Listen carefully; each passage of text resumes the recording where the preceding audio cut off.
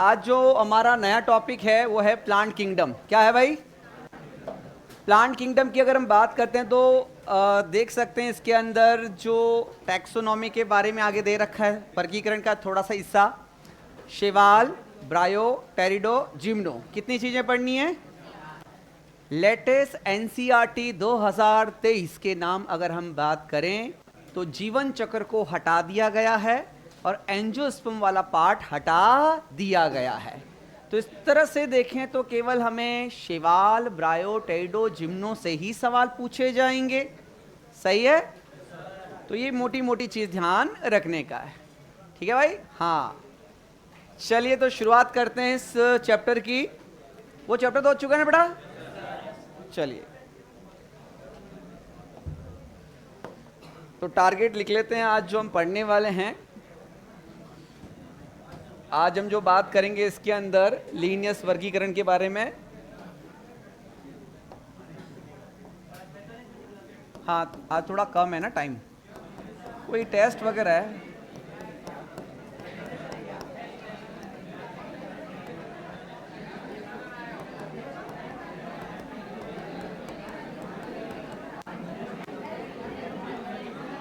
उसके बाद जो बच्चों हम बात करेंगे, लिखिए इसके अंदर जो हम बात कर रहे हैं शेवाल की बात करेंगे। तो चैप्टर की शुरुआत कर रहे हैं भाई। चलिए,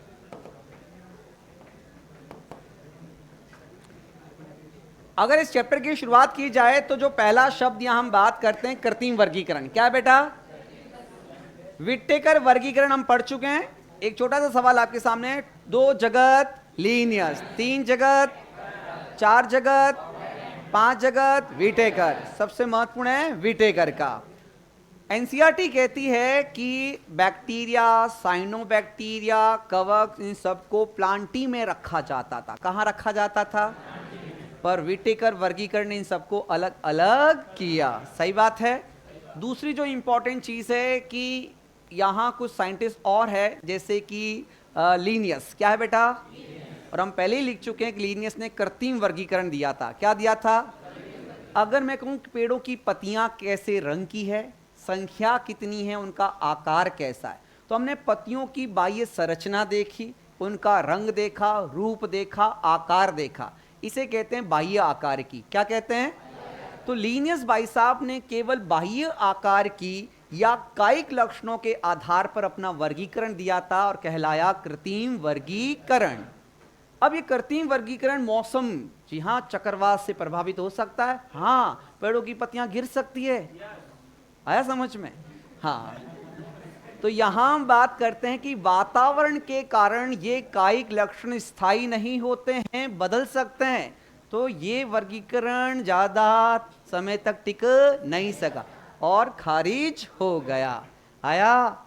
लीनियस ने कहा कि कायिक लक्षण और पुष्पी लक्षण समान दर्जे के होते हैं। ऐसा हो ही नहीं सकता, दोनों बराबर कैसे हो सकते हैं? क्योंकि कायिक लक्षण वातावरण से ज्यादा प्रभावित होते हैं, स्थायी नहीं होते हैं।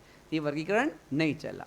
बड़ी खूबसूरत चीज एनसीईआरटी कहती है कि लीनियस ने 24 वर्ग बनाए थे और कहा 1 पुंकेसर, 2 पुंकेसर, ऐसे ऐसे 23 पुंकेसर और एक 24वां था जिसमें पुंकेसर नहीं।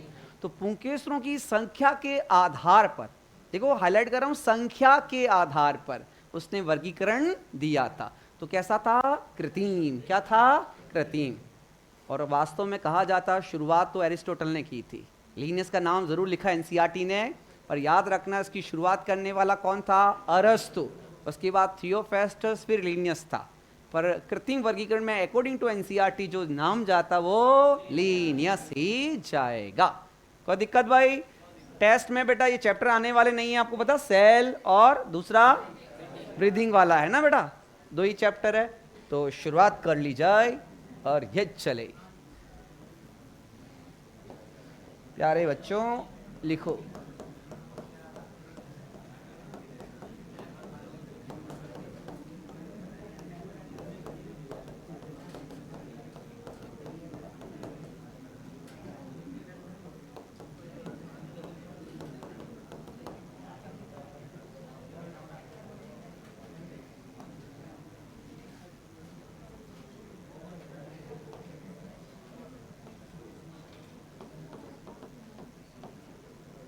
आर्टिफिशियल क्लासिफिकेशन किसने दिया बेटा बताओ?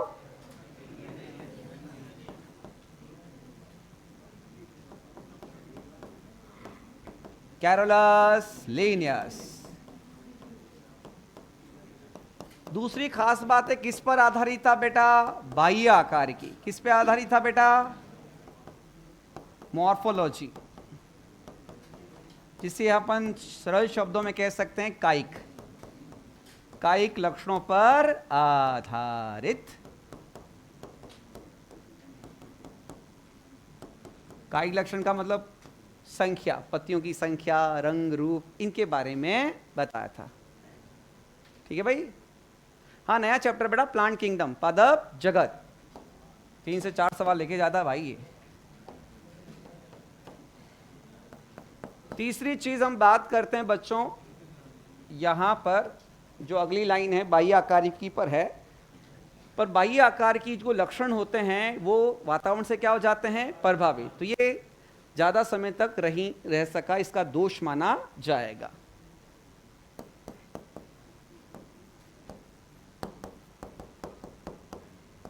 पुंकेसरों की संख्या के आधार पर कितने वर्ग में बांटा भाई साहब इन्होंने? 24 वर्ग। 24 वर्ग बनाए।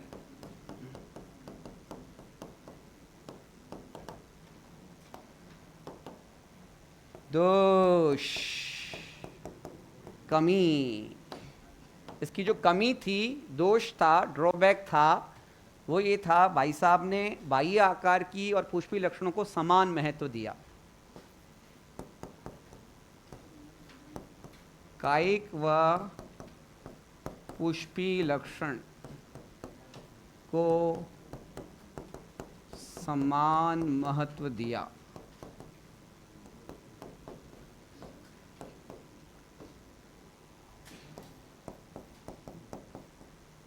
जबकि कायिक लक्षण वातावरण से प्रभावित हो जाते हैं। कायिक लक्षण वातावरण से कैसे हो जाते हैं बेटा? पर्यावरण से प्रभावित।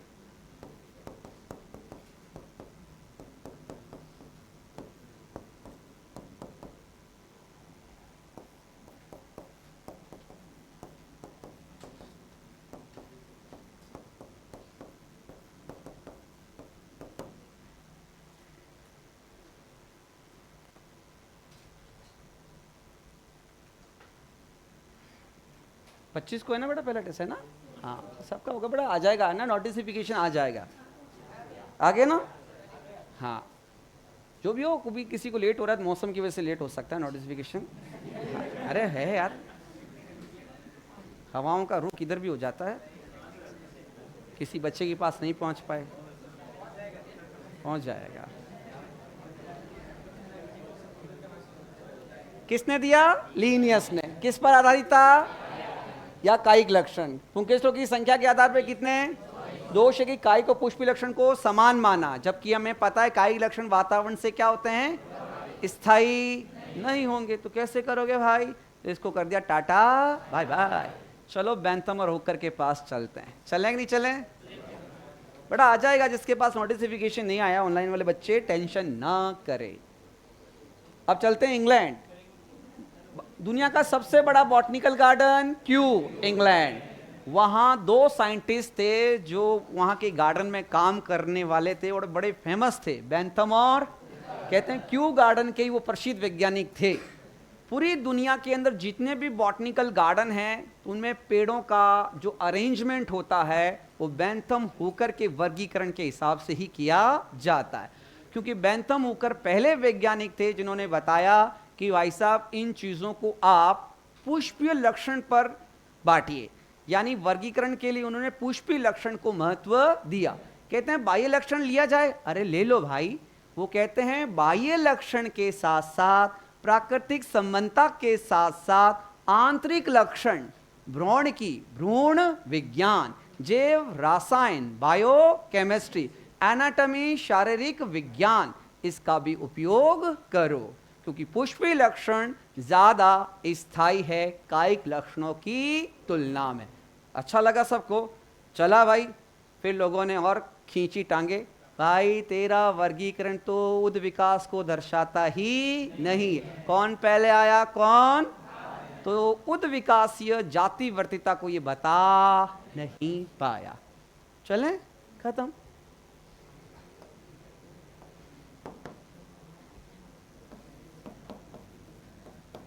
एनसीईआरटी है ना, टू द पॉइंट।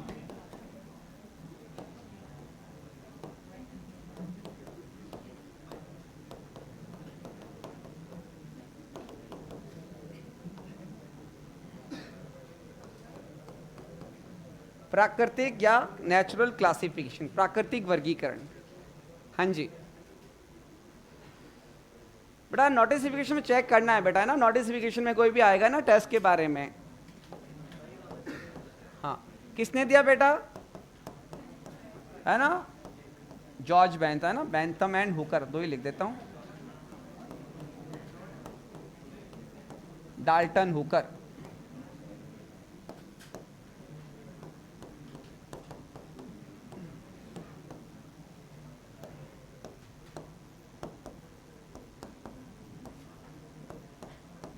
प्राकृतिक संबंधता, नेचुरल अफिनिटी। एनसीईआरटी क्या कहती है बेटा, नेचुरल अफिनिटी, प्राकृतिक संबंधता के साथ साथ बाह्य आकारिकी प्लस आंतरिक लक्षण, जैसे क्या बेटा, जैसे कौन कौन से, जैसे शारीरिकी, एनाटॉमी, भ्रूण विज्ञान, और उन्होंने जैव रसायन, बायोकेमिस्ट्री का इस्तेमाल किया।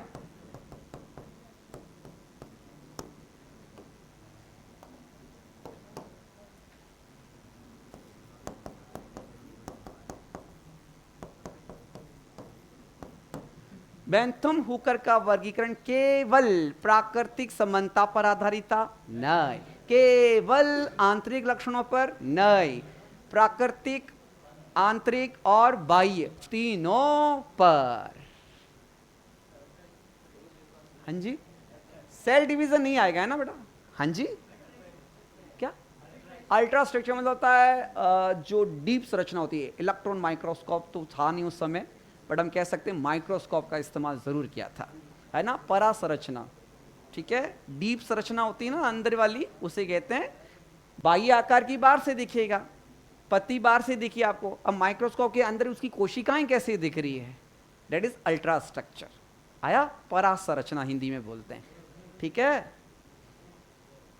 अब मुझे बताओ बच्चों, इसका जो प्लस पॉइंट क्या था, यानी हम कह सकते हैं पुष्पीय लक्षणों पर आधारित था। ये किस पर आधारित था बेटा, ठीक है ना। तो प्लस पॉइंट हम कह सकते हैं पुष्पीय लक्षणों पर आधारित था, और पुष्पीय लक्षण जो होते हैं वातावरण से ज्यादा डिस्टर्ब नहीं होते हैं। पर यहां जो हम बात कर सकते हैं, यहां पे एक लाइन आ सकती है, मैं यही जोड़ दूं तो पुष्पीय लक्षण, है ना। प्राकृतिक का मतलब यहां पे क्या बेटा, पुष्पीय लक्षण, फ्लोरल कैरेक्टर जो है ज्यादा इस्तेमाल किए थे। दोष क्या था बेटा इसका, दोष उद विकास को ये नहीं बता पा रहा था, फाइलोजेनिक नहीं था, जातिवर्तीय नहीं था। क्या बेटा, जातिवर्तीय, फाइलोजेनिक, फाइलोजेनिक नहीं था। भाई साहब ने गड़बड़ी की, बताऊं मैं आपको क्या गड़बड़ी की थी इन्होंने। इन्होंने जो बात करते हैं, क्या बताया, जिम्नो स्पर्म जो हम बात करते हैं, उससे पहले इन्होंने कहा डाइकॉट, डाइकॉट के बाद जिम्नो, उसके बाद क्या कहा, मोनोकॉट, ये इन्होंने दिया था। जबकि सही क्रम क्या है, सही क्रम बच्चों हम बात करते हैं, पहले कौन आएगा, जिम्नो, क्या आएगा, जिम्नोस्पर्म, उसके बाद कौन आएगा, डाइकॉट, उसके बाद कौन आएगा। तो भाई साहब ने बस इतनी सी गलती, 202 कुलों पर काम किया था, स्पर्मेटोफाइटा पर, पुष्पी पादपों पर, और उन्होंने कहा कि भाई साहब डाइकॉट के बाद जिम्नो आए, जिम्नो के बाद मोनोकॉट आए, ये उनके हिसाब से था। जबकि सही क्रम क्या है बेटा, जिम्नोस्पर्म के बाद कौन आए और डाइकॉट के बाद सबसे ज्यादा एडवांस में कौन होते हैं। ये चीज गलती कर बैठे। आया, चीजें अच्छी थी पर उद विकास के इतिहास को नहीं समझा सके। जी हाँ, एनवायरमेंट से इफेक्ट कैसे नहीं होगा कि आंतरिक गुण है बेटा। अगर हम बात करते हैं तूफान आ रहा है, तूफान से हम बात करें, मैं छत पे खड़ा हूं, मेरे बाल उड़ेंगे या कुछ भी हो, हवा लहराएगी, सब प्रभाव बाहरी होगा, ठंड लगेगी। क्या आपके अंदर की चीजें प्रभावित होगी? क्या आपके जीन बदल जाएंगे, गुणसूत्र बदल जाएंगे? नहीं होगा। तो वातावरण का प्रभाव बाहरी होता, अंदर तो नहीं हो पाएगा। जैव रसायन थोड़ी बदल पाएगा, बदलेगा क्या? तो ये देखिए, वातावरण से कारक प्रभावित नहीं होते हैं, शारीरिकी, भ्रूण विज्ञान और जैव रसायन। समझ गए? चलिए आगे चलते हैं। तीसरी बात है जातिवर्तीय। क्या बेटा, चलें? लिख लिया? हाँ लिख लो। हाँ क्या कह रहे हो?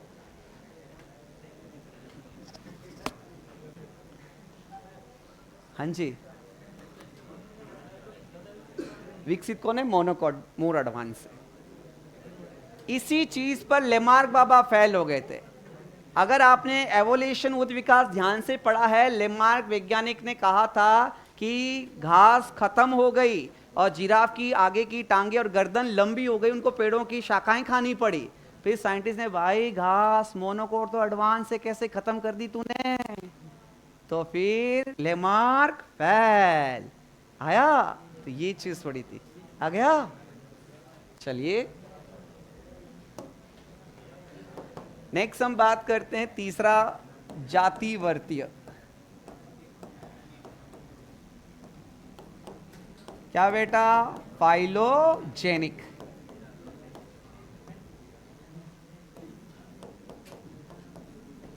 आया कि नहीं आया बेटा? बस अब जातिवर्तीय का जो मतलब होता है उद विकासी इतिहास के आधार पर होता बेटा, ठीक है ना बेटा? डाइकोट मोनोकोट का मतलब द्विबीजपत्री, एक बीजपत्री है बेटा। इतना तो थोड़ा सा होना चाहिए, पता है ना बेटा? किसने दिया बेटा? इसको देने वाले में आइक्लर। क्या बेटा? आइक्लर, प्रांटल, हचिनसन, तख्ताजान। क्या बेटा? हचिनसन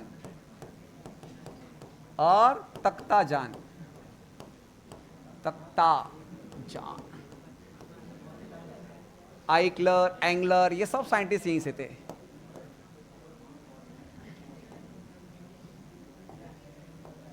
सब जातिवर्ती वर्गीकरण था सबका ये बेटा, है ना? एंगलर भी लिख लेते हैं, अच्छा साइंटिस्ट था, ने दिया। तो अगर हम बात करते हैं पहले साइंटिस्ट थे, अगर दो ही नाम बड़े सुर्खियों में रहते हैं किसने दिया था, वैसे एनसीईआरटी ने मेंशन तो नहीं किया, बस हल्का सा ध्यान रखिएगा। दो चीजें बड़ी इंपॉर्टेंट है। जातिवर्ती का मतलब होता है बेटा उद विकासीय इतिहास पर आधारित। क्या बेटा? उद विकासीय इतिहास पर आधारित,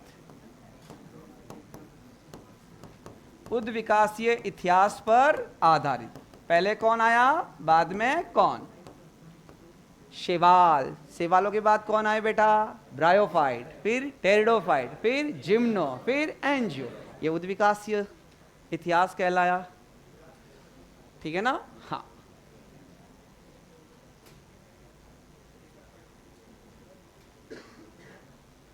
तो इनका नोटिफिकेशन अभी तक नहीं आया है ना? अच्छा भाई, बायो में तो पता ना आपको बेटा, सेल और है ना, ब्रीदिंग वाला चैप्टर, रेस्पिरेशन है। फिजिक्स केमिस्ट्री में कोई आइडिया बेटा? फिजिक्स में क्या आ रहा है? बेसिक है ना, बेसिक फिजिक्स आ रही है। केमिस्ट्री में बेसिक, बेसिक आ रहा है दोनों में। सदिश, सदिश वाला, vector, unit dimension, unit dimension vector है ना फिजिक्स में। ओके, अच्छा जो सर ने पढ़ा है, हो गया? जातिवर्ती हो गया बेटा। इन जातिवर्ती की खास बात, एक छोटी सी चीज है, क्लेडोग्राम ग्राफ से दर्शाया जाता है। इनको किससे दर्शाते बेटा? क्लेडोग्राम ग्राफ द्वारा दर्शाया जाता है। एक तरह से फैमिली ट्री होती है, इसे पेडिग्री पढ़ते हैं, द्वारा दर्शाना। तो इनको क्लेडोग्राम ग्राफ द्वारा दर्शाया जाता है कि पहले ये जाती आई, फिर ये आई, फिर ये आई। उद्भिद विकास इतिहास समझ गए ना, उदाहरण देने की जरूरत नहीं है। सेवाल, ब्रायो, टेरिडो, जिम्नो, एंजियो, इस तरह से रहे बेटा। सेल डिवीजन नहीं आएगा ना बेटा। हाँ, आगे बढ़ते हैं। एनसीईआरटी की इस चीज को तो समाप्त करते हैं और आगे एनसीईआरटी ने फिर थोड़ा चेंज किया है, न्यूमेरिकल टैक्सोनॉमी, साइटोटैक्सोनॉमी, और जो हम बात करते हैं इसके अंदर बेटा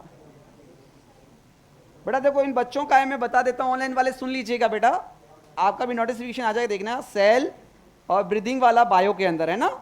भौतिक विज्ञान में आधारभूत गणित और सदिश, मात्रक, मापन है ना बेटा। अवकलन, स्वकलन, ये ना, समाकलन, इंटीग्रेशन, डिफरेंशिएशन है ना।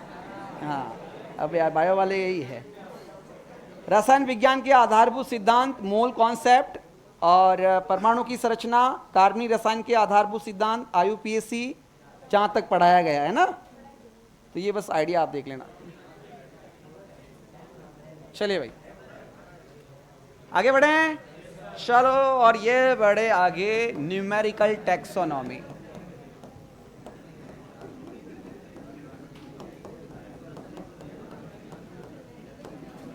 सांख्यिकी बेटा, क्या बेटा? संख्यात्मक कह सकता हूं, संख्यात्मक टैक्सोनॉमी, संख्यात्मक या सांख्यिकी भी शामिल कर सकते हैं। संख्यात्मक वर्गीकी हिंदी शब्द है, अंग्रेजी में याद रखना न्यूमेरिकल टैक्सोनॉमी। अब बच्चों यहां ध्यान दीजिए, नाम ही संख्या, नंबर। तो एनसीईआरटी कहती है कि जो भी अवलोकनीय लक्षण है, ऑब्जर्व जिसको हम कह सकते हैं, देख सकते हैं, आया समझ में? तो उन अवलोकनीय लक्षणों को जी हाँ इसमें शामिल किया जाएगा। नंबर 2, इन सभी लक्षणों को समान महत्व दिया जाएगा जितने भी आपने देखे हैं। नंबर 2, दूसरी बात, सभी लक्षणों को क्या दिया जाएगा? समान।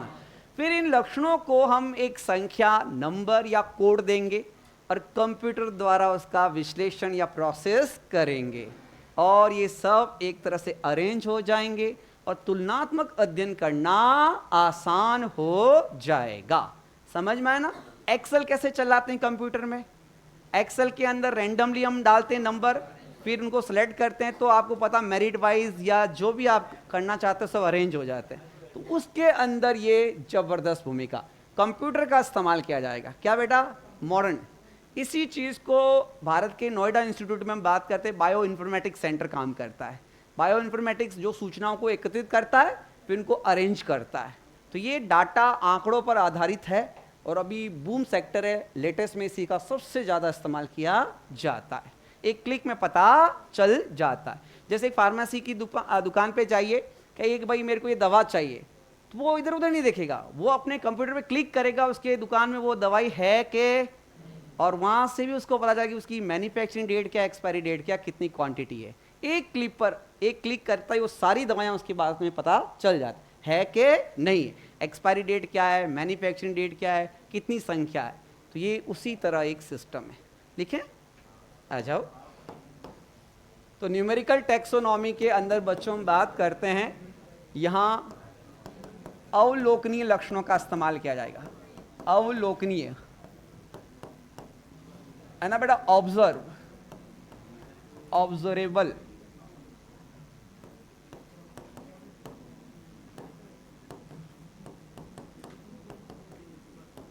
उपयोग।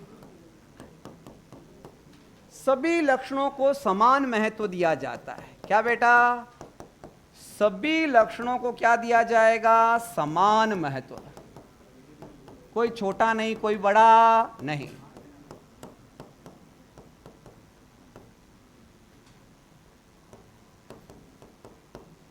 तीसरी चीज बच्चों, यहां हम बात करते हैं लक्षणों को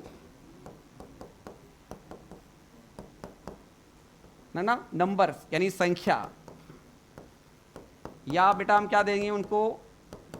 वह कोड देकर कंप्यूटर द्वारा उनका प्रोसेस किया जाता है। क्या बेटा? उनकी कंप्यूटर द्वारा प्रोसेसिंग करना। क्या करना? उनकी प्रोसेसिंग करना।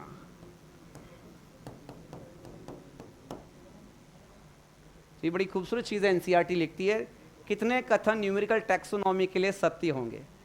यहाँ अवलोकनीय लक्षणों का उपयोग किया जाता है, यस। ऑब्जर्व जो हमने देखे, यहाँ कुछ लक्षणों को समान महत्व दिया जाता है, गलत। सभी को लक्षणों को संख्या कोड देकर कंप्यूटर द्वारा प्रोसेसिंग की जाएगी, हस्तलिखित नहीं होगा ना, अपना ह्यूमन का है, सारा खेल कंप्यूटर का होगा। क्या होगा बेटा? कंप्यूटर का होगा। तो ये न्यूमेरिकल टैक्सोनॉमी की कुछ खास बातें रहेगी।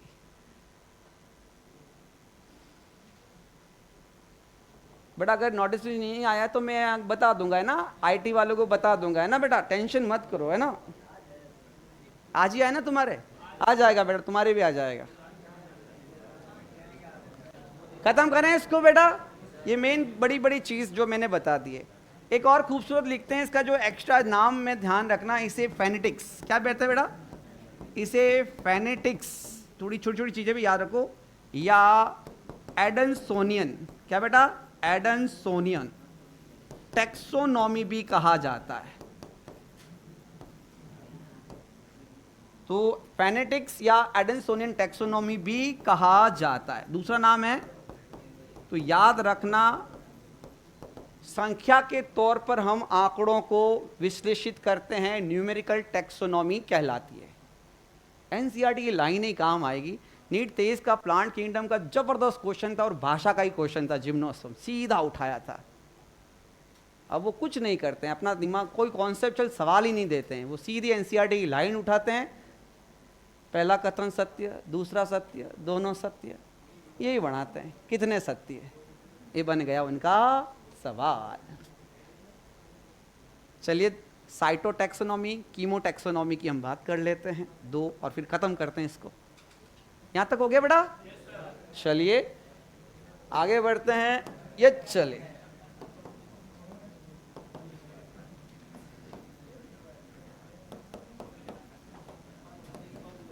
साइटोटैक्सोनॉमी। क्या बेटा? कोशिकीय वर्गीकी, है ना बेटा, कोशिकीय वर्गीकी। और दूसरा एनसीईआरटी लिखती है इसमें कीमोटैक्सोनॉमी। क्या बेटा? कीमोटैक्सोनॉमी। क्या कहेंगे इसे हिंदी में? रसायन वर्गीकी।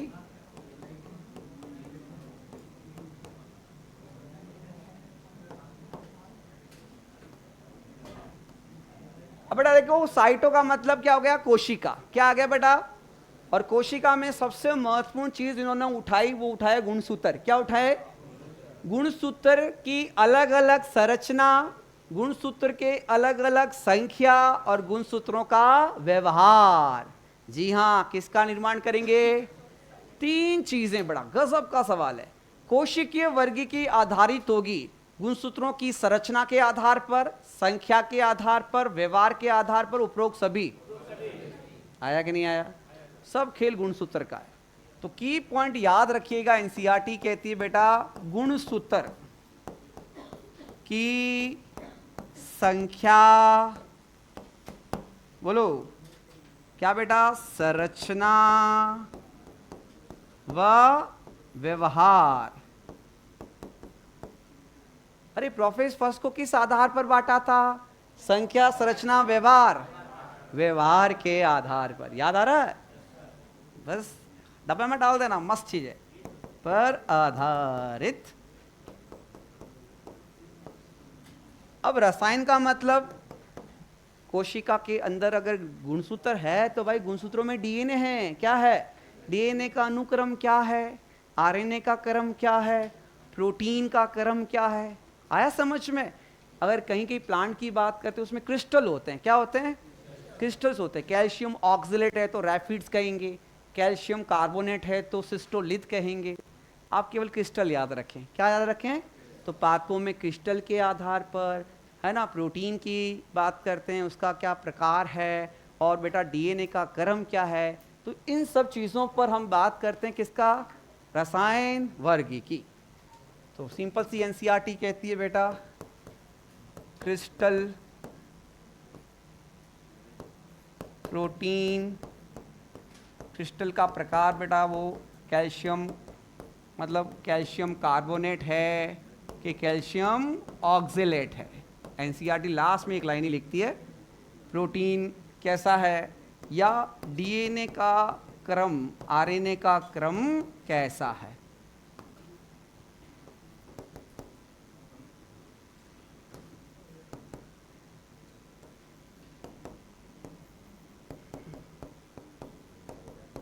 ये लिखा हूं क्या बेटा इनको सिस्टोली रैपिड्स है नहीं एनसीईआरटी में से, आउट ऑफ है, पूछ सकते हो आप मेरे से।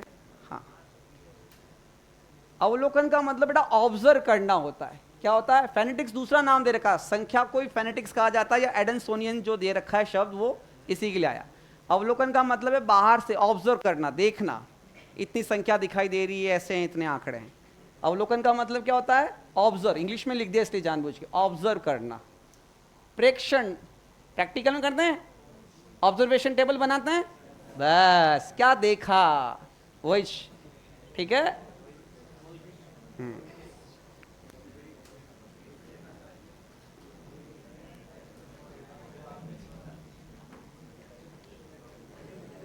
ये वाला लिख लिया बेटा, ये समझ में आ गया ना? अरे बोलो, चलिए इसी के साथ इसको करते हैं टाटा बाय बाय। चलिए सीधा एंट्री मारेंगे अब बेटा जो हमारा मेन टॉपिक है शैवाल। क्या है? इसके अलावा कई वर्गीकरण आए हुए आउट ऑफ है, वो आ ही नहीं रहे, तो फालतू अपन क्यों करें कि साहब कैंडोले का वर्गीकरण, आइकलर का वर्गीकरण, एंगलर का वर्गीकरण, है ना, बहुत सारे वर्गीकरण दे रखे हैं।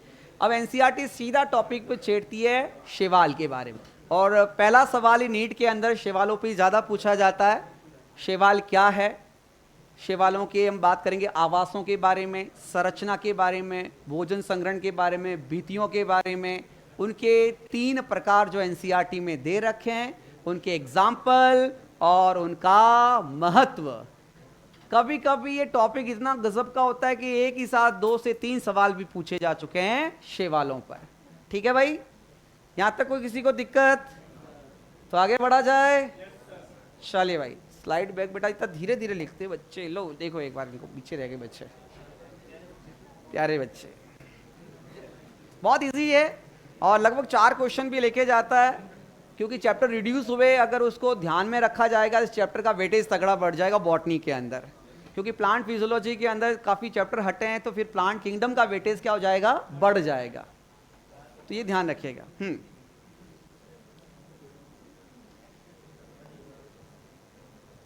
चले बेटा, चलिए अब जो हमारा मेन टॉपिक रहेगा शैवाल। क्या रहेगा बेटा? शैवालों की हम बात करेंगे। शैवालों को हम क्या कहते हैं अंग्रेजी में बेटा? एल्गी। क्या कहते हैं? कवक का अध्ययन क्या कहलाता है? मायोलॉजी के माइकोलॉजी? माइकोलॉजी। तो शैवालों का अध्ययन एल्गोलॉजी। या एक शब्द पढ़ा था कवक के अंदर, कौन से कवक शैवाल जैसे होते हैं? फाइकोमाइसिटी, क्योंकि फाइको का मतलब ही शैवाल। तो फाइकोलॉजी और एल्गोलॉजी, क्या? शैवालों का अध्ययन। तो याद रखिएगा बेटा, इनका जो अध्ययन होता है एल्गोलॉजी या क्या कहलाएगा? फाइकोलॉजी। कोई दिक्कत? Study of algae. एल्गो तो पता चल जाता है, फाइको याद रखिएगा।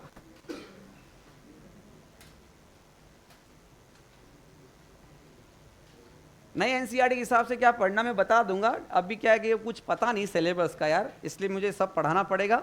मैं हाईलाइट कर दूंगा ये पोर्शन हटा है, तो उस पर थोड़ा कम फोकस करने का है। शैवाल, अधिकांश शैवाल जलीय है। क्या है बेटा?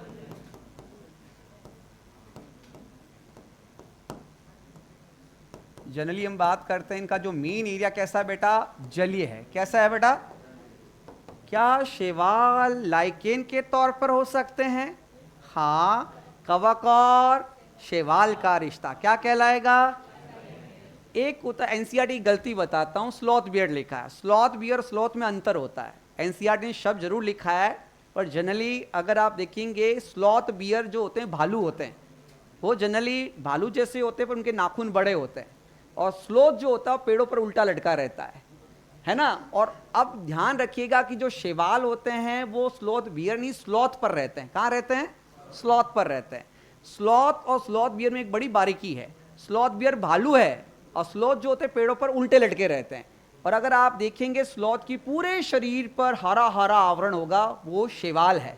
मैं फोटो लाऊंगा कल, आज थोड़ा टाइम मिला नहीं, तो ध्यान रखिएगा बेटा, पूरे शरीर पर शैवाल रहेंगे। और इससे फायदा क्या होगा?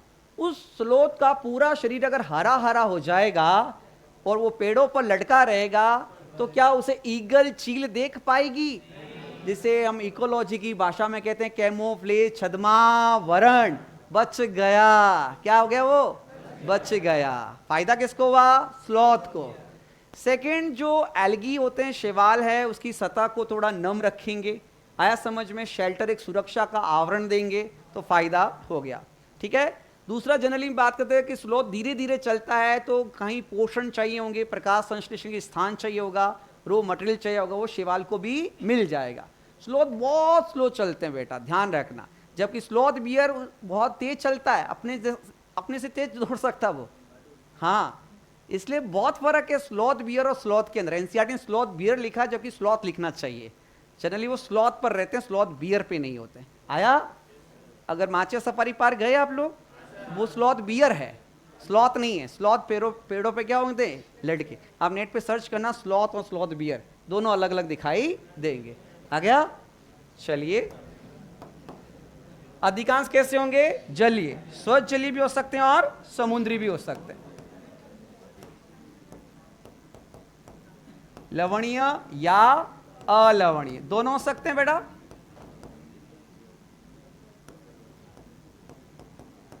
तो ये कुछ बेहतरीन चीजें एनसीईआरटी कहती बच्चों, यहां पर ये लाइकेन के तौर पर हो सकते हैं। किस रूप में हो सकते हैं बेटा? लाइकेन। लाइकेन के अंदर दो चीजें कौन कौन सी आ गई बेटा? कवक प्लस शैवाल। पढ़ चुके हैं अपन, इसके बाद डिटेल में नहीं जाएंगे। दूसरा बेटा, स्लॉथ के ऊपर रहती है। स्लॉथ पेड़ों पर लटके रहते हैं, स्लॉथ के फर पर उपस्थित। दोनों का फायदा होता है, सिम्बायोटिज्म भी बोलते, सह, दोनों का फायदा होता है।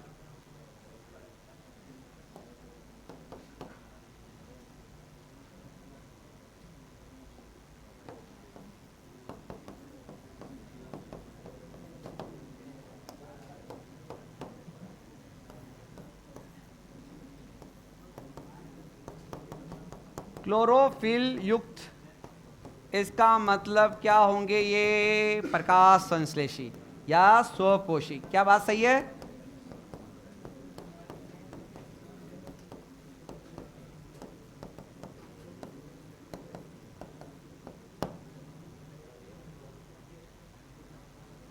शैवालों की खास बात करते हैं, संरचना जो होती है बेटा बहुत सरल लगती है बेटा, बहुत सिंपल, मेरी तरफ बहुत सरल होते हैं। हाँ, शरीर जो होता है ना बेटा, हाँ सरल होता है और ऐसा लगता है जैसे कोई थैलस के समान हो। ना कोई मूल है, ना कोई तना है, ना कोई पत्तियां। सरल व थैलस सदस्य, थैलस सदस्य। और थैलस सदस्य को मैं लिख देता हूं, इसका मतलब बच्चों होता है वास्तविक। क्या बेटा? वास्तविक मूल तनापण का अभाव। कुछ नहीं है साहब। सवन उत्तक और भ्रूण भी नहीं पाया जाता।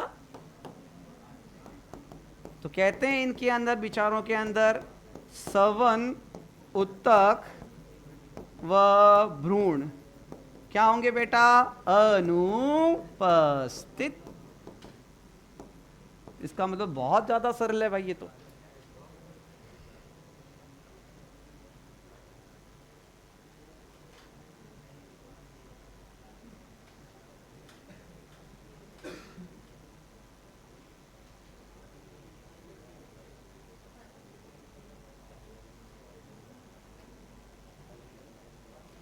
बेटा गौरव ध्यान रखना, जो हमने पढ़ा था ना सेल इंक्लूजन के अंदर बेटा, वहां पर जो गैस रिक्तिका होती है बेटा, गैस रिक्तिका इंक्लूजन बॉडीज के अंदर शामिल की थी हमने, है ना बेटा, रस रिक्तिका नहीं की थी, ये चीज ध्यान रखना, ठीक है। सवालों को हमारे एनसीईआरटी के अकॉर्डिंग 3 में ही बांटा है, बाकी बहुत बड़ा वर्गीकरण होता है, ठीक है। एनसीईआरटी के हिसाब से कितने में है, 3 में ही पढ़ना हमें। स्लोथ क्या होता है? अच्छा अच्छा, हटने का कह रहा है। कभी देखना बड़े क्यूट से होते हैं, पेड़ों पे लटके रहते हैं स्लॉथ, जबकि स्लॉथ बियर जो होते हैं वो भालू जैसे होते हैं, है ना, रिच। जनरली स्लॉथ लिखना चाहिए। पेड़ों पर अब मैं यार फोटो कल लेके आऊंगा, है ना, कल फोटो लेके आऊंगा, दोनों की लाऊंगा, स्लॉथ बियर की और स्लॉथ की। चलो है बड़ा, स्लॉथ का मतलब समझ बेटा, पेड़ों पे उल्टे लटके हुए जानवर होते हैं बेटा। ये स्लॉथ क्या है? जंतु है बेटा। अरे जंतु है स्लॉथ, जंतु के, अरे जानवर है कोई, पेड़ों पे ना शाखाओं पर उल्टा लटका रहता है। कल फोटो लाऊंगा, आज ला नहीं पाया, ठीक है। और उसके ऊपर पूरा पूरा हरा हरा आवरण आ जाएगा, लगाएगा कि नहीं, वो पेड़ पे बैठा है, कोई दिक्कत। चलिए तो एक बार सबका ध्यान इधर बेटा, शैवाल का अध्ययन एल्गोलॉजी, अधिकांश कैसे हैं, लवणीय या, अब हमने यहां लिखा कि लाइकेन के तौर पे भी हो सकते हैं, स्लॉथ के फर पर भी हो सकते हैं। अरे भाई साहब, कभी जानना किसी झील के किनारे तो नम पत्थर और कास्ट लकड़ियों पर भी उग जाते हैं। एनसीईआरटी क्या कहती, और नम जो पत्थर है, यानी जो पानी के किनारे पत्थर है, और लकड़ियों पर भी शैवाल उग जाते हैं, पर अधिकांश कैसे होंगे, जलीय होंगे, ये बात फिक्स है। दूसरा बेटा, क्लोरोफिल होते हैं इनके अंदर, ए और कैरोटीन तो सार्वत्रिक है, कोई भी हरा शैवाल हो, चाहे भूरा हो, चाहे लाल हो, उसमें क्लोरोफिल ए तो होगा ही होगा। वो कौन सा वर्णक है जो सबके अंदर पाया जाएगा, क्लोरोफिल ए और बीटा कैरोटीन, फिक्स होगा, सार्वत्रिक बोलते हैं। अगर क्लोरोफिल होगा तो ये स्वपोषी प्रकाश संश्लेषी होंगे, शरीर सरल होगा, थैलस, थैलस का मतलब है वास्तविक मूल तना पत्तियां। कहते हैं कि एल्गी पानी के अंदर है तो पानी खींचने की जरूरत ही नहीं है, तो सवन उत्तक, जाइलम और फ्लेम की कोई भूमिका है ही नहीं, और दूसरा इनके अंदर भ्रूण भी नहीं। अब सवाल ये हो सकता है भ्रूण क्यों नहीं पाया जाता, इसका उत्तर हम आगे देंगे। कहते हैं इनके युग्मनज में अर्धसूत्री विभाजन होता है, और युग्मनज भ्रूण बनने वाला था और हमने तोड़ दिया। युग्मनज ही आगे चलकर क्या बनाता है, भ्रूण, पर भाई हम शैवालों में इस युग्मनज के टुकड़े कर देते हैं, अर्धसूत्री, और बना देते बीजाणु, तो भ्रूण तो मस्त सवाल। शैवालों में भ्रूण का अभाव होता है, तर्क, क्योंकि युग्मनज में अर्धसूत्री विभाजन होता है। सही बात, युग्मनज में अर्धसूत्री विभाजन होगा तो भ्रूण कभी, जहां भी युग्मनज में अर्धसूत्री विभाजन वो भ्रूण नहीं बनाएगा। मेरी बात आई, ये लॉजिक है बहुत जबरदस्त, ठीक है। लिखेंगे आगे, तो आगे बढ़ते हैं बच्चों। शैवालों के अंदर क्या क्या आवास और नई नई चीजें देखेंगे अपन, तैयार हो, आ जाओ।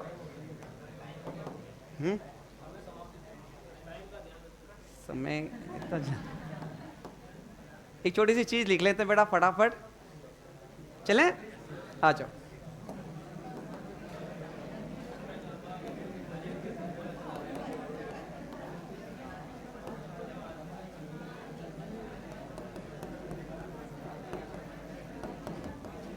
एक कोशिकीय, क्या बेटा, एक कोशिकीय, अरे कॉलोनी में हो सकते हैं क्या, और ये हम बात करते हैं जो कह सकते हैं इसके अंदर तंतुमय, क्या बेटा, तंतुमय। और चौथा एनसीईआरटी कहती है विशालकाय, क्या बेटा, विशालकाय, मैसिव। एनसीईआरटी की खूबसूरत चीजें, मैच द कॉलम में खूबसूरत सवाल, वो कौन से शैवाल है जो एक कोशिकीय होंगे बेटा, क्लोरेला, कौन होगा, क्लेमाइडोमोनास।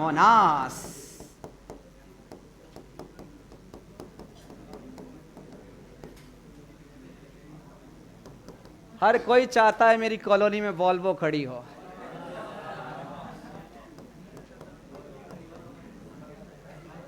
तंतुमय के अंदर बच्चों यूलोथ्रिक्स, क्या बेटा, और स्पाइरोगायरा। एनसीईआरटी कहती भाई साहब इतने गजब की, कभी हॉलीवुड की पिक्चर देखना, अवतार देखना, पानी वाली पिक्चर देखना, पानी के अंदर वाली, तो उसमें देखोगे कई 100 मीटर तक लंबी लंबी शाखी संरचना होती है। कैल्प, क्या बेटा, कैल्प वास्तव में ब्राउन एल्गी को कहा जाता है। ब्राउन एल्गी के अंदर आते हैं एक्टोकार्पस वगैरह, पढ़े ना आपने, उसी का नाम है कैल्प, भूरे शैवाल। 100 मीटर तक बेटा, कितने, 100 मीटर तक फैले होते हैं, विशाल काय, 100 मीटर।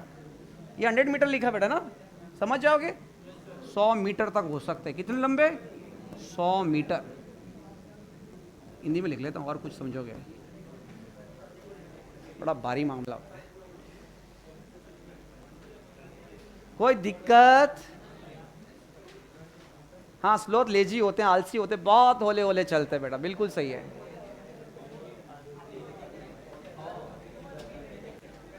अब एक अच्छा सवाल आ गया, एग्जाम में स्लॉथ बियर लिखा है तो क्या करें फिर, ठीक है, एनसीईआरटी के हिसाब से ही करना, जाकि रियल स्लॉथ होता है आंसर, स्लॉथ बियर अलग होती है, ठीक है भाई, यहां तक कोई दिक्कत? उसके बाद नेक्स्ट में इस चीज को, सवालों को पूरा करेंगे, कंप्लीट करेंगे, बहुत इजी टॉपिक है, बहुत आसान है। यहां तक को किसी को दिक्कत? तो इतना ही रखें बच्चों, आज के एक्चुअली में कोई टेस्ट है तो इतना ही है ना बेटा, ये हो गया, हाँ लिख लो लिख लो।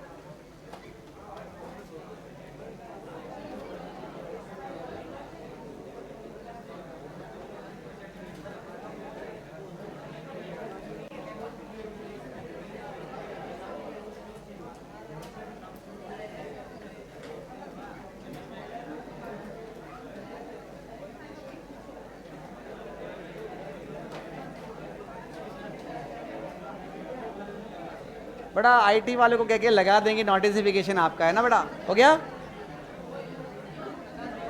हाँ लिख लो लिख लो।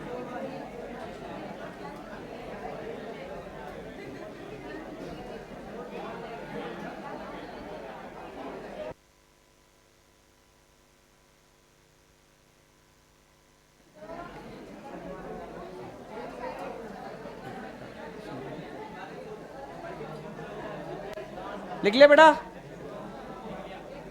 हो गया, चलिए भाई, तो आज बच्चों इतना ही लिखते हैं बेटा इसके अंदर। थैंक यू सो मच बेटा, कल इसको आगे बढ़ाएंगे, all the best, thank you so much.